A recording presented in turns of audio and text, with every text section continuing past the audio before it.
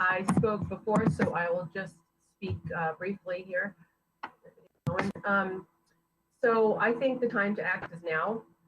We were aware of this option and we wanted to wait till this public meeting to have a public discussion.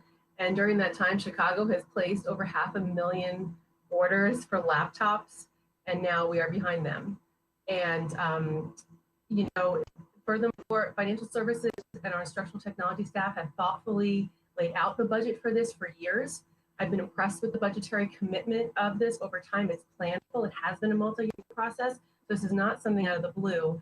And I'll finally just say that it's disappointing to hear the perfect being the enemy of the good. Now is not the time to wait for all answers.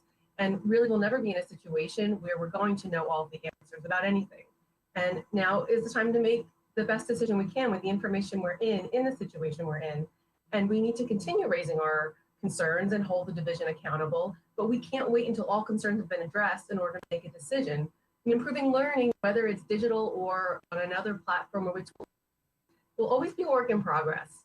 That is the very nature of learning. So I'm confident that we as the school board will continue asking for information and implementation by staff to ensure that digital learning is done with the greatest fidelity. So I fully support this motion. Thank you.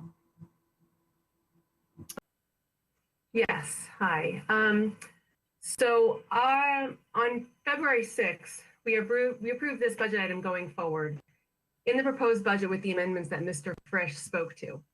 To summarize the majority of the board at that time, we support FCPSOn, but we wanted concerns addressed as noted in those amendments.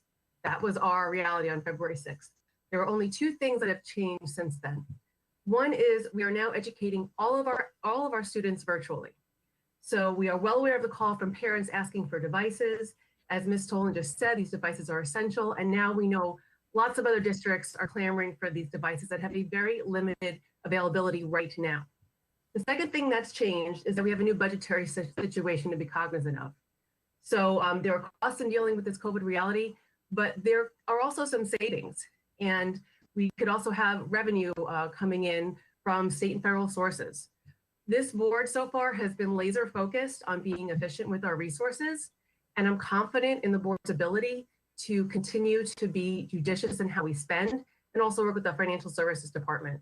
So given that we had a robust conversation about this on February 6th and only two things have changed, I want to call the question that was proposed by the motion Dr. Anderson put out last week to go ahead and decide on whether to have this order placed or not.